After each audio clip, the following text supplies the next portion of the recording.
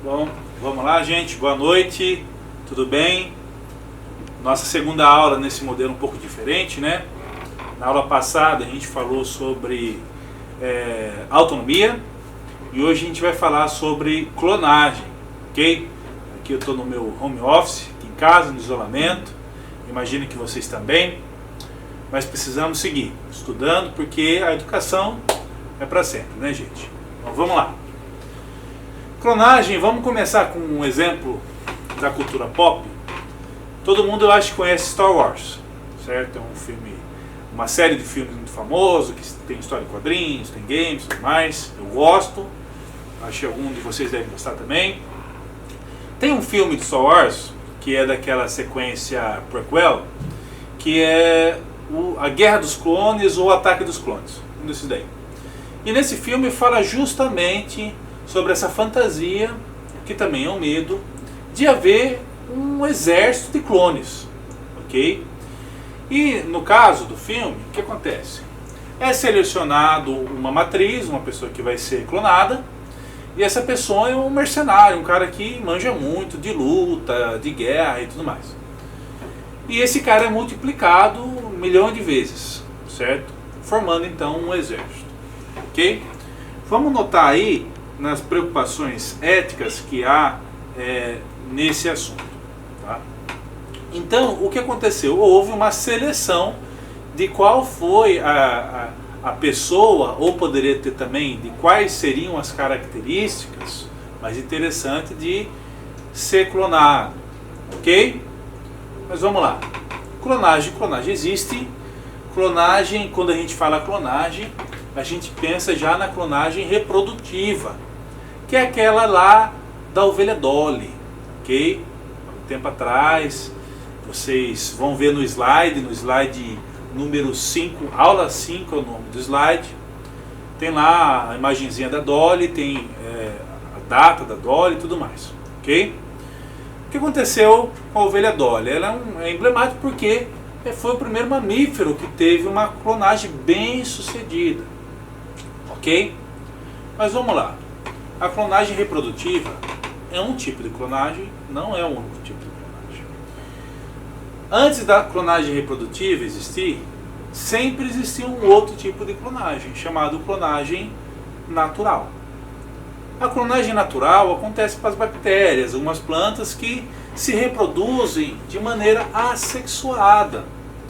Então a reprodução de maneira assexuada, gente, é propriamente dito a clonagem. Olha só, então esse é o tipo de clonagem natural, ok?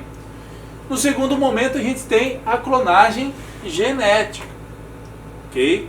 A clonagem genética que vai selecionar uma parte ali do gene, como sugere. Para que serve isso? Então vamos pensar na agricultura, certo? Onde eu separo uma característica que é mais interessante para mim e eu tento multiplicar essa característica, casando com outras características interessantes, por exemplo, de resistência a pesticida, uma produção mais rápida, certo? Então, essa seria a clonagem genética. Então já temos duas: clonagem natural, clonagem genética. Próximo tipo de clonagem, gente, é a clonagem reprodutiva. A clonagem reprodutiva é aquela que você conhece, que você vê nos filmes, a gente fica assustado, é a da ovelha Dolly, ok? Essa é a clonagem reprodutiva. E por último, a gente tem uma que é muito interessante, que dá muito pano para manga. É justamente aí que vão haver os maiores debates, ok? Que é a clonagem terapêutica.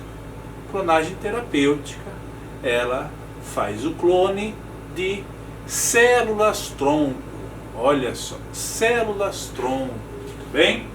Sempre que a gente falar de células-tronco, existem dois tipos de células-tronco: as que não são embrionárias e as que são embrionárias. As que são embrionárias são de embriões, ok? Esses embriões não tiveram a opção de escolher se eles serviriam para esse propósito ou não.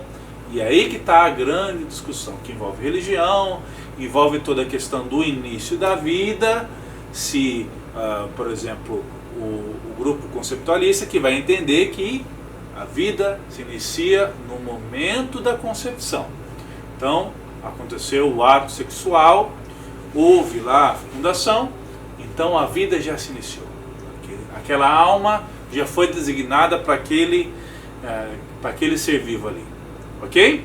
Muito bem. Então, questão para se refletir sobre células-tronco embrionária. Mas e a lei, gente? Quem está estudando, a gente fala muito de ética, a gente fala muito de bioética. Mas e a lei? A letra vai dizer o seguinte, gente. Aqui no artigo 3º da Lei de Biossegurança, anotem esse nome de lei, já falei sobre ela, mas ela é muito importante, tá? Se for cair na prova alguma coisa relacionada a alguma lei, com muita certeza a maioria vai ser sobre a Lei de Biossegurança, ok? A Lei de Biossegurança de 2005, que é uma atualização da Lei de 1995, ok? Ela vai tratar de maneira específica sobre 2 tipos de clonagem, ok?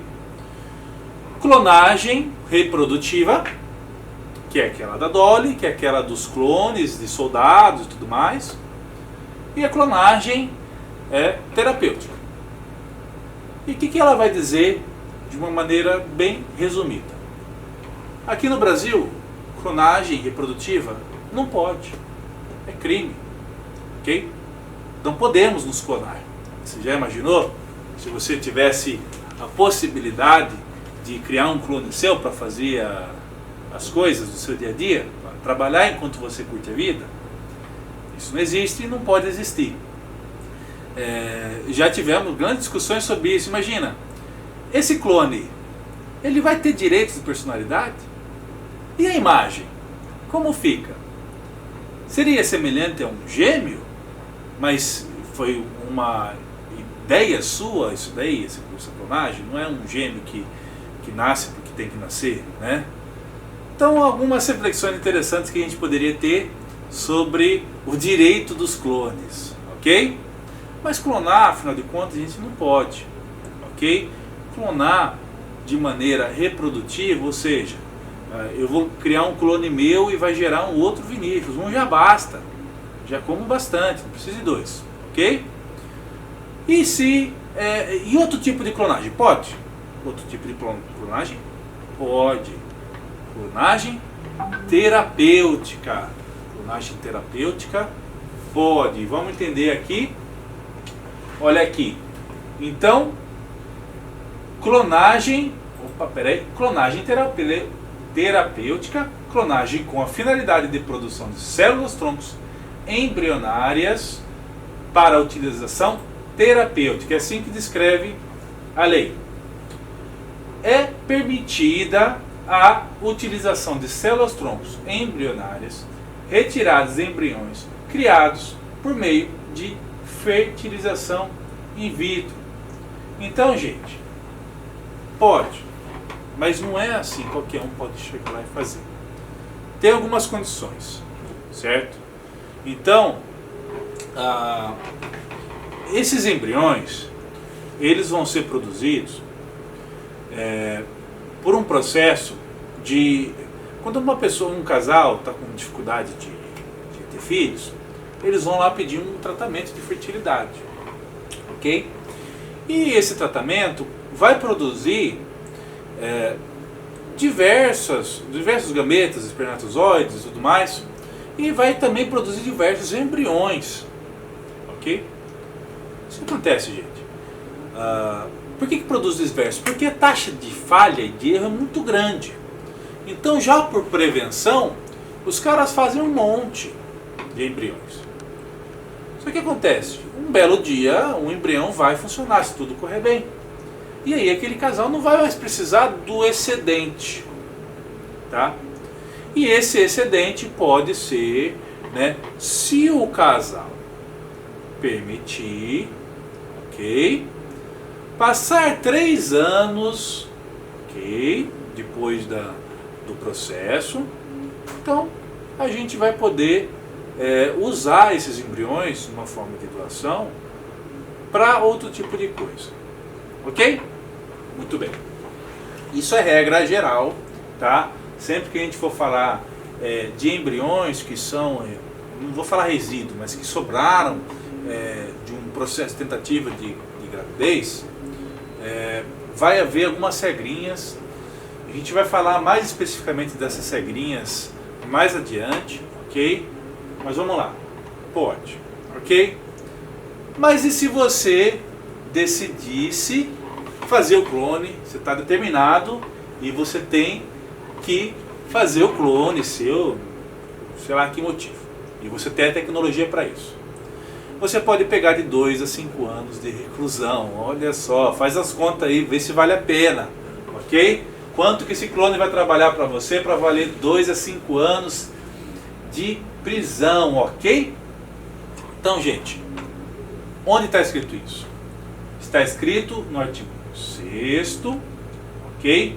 Inciso 4, ok?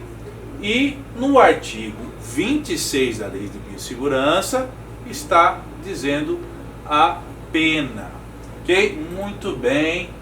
Vamos ver se tem mais alguma coisa aqui que eu preciso falar para vocês que eu esqueci.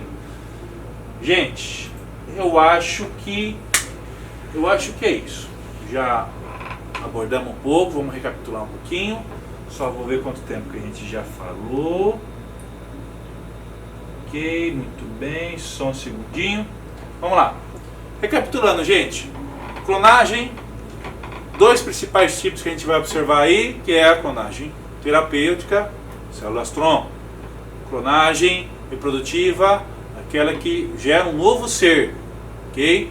Mas existe também a clonagem natural, que é como as plantas e a maioria das bactérias se reproduzem, ok?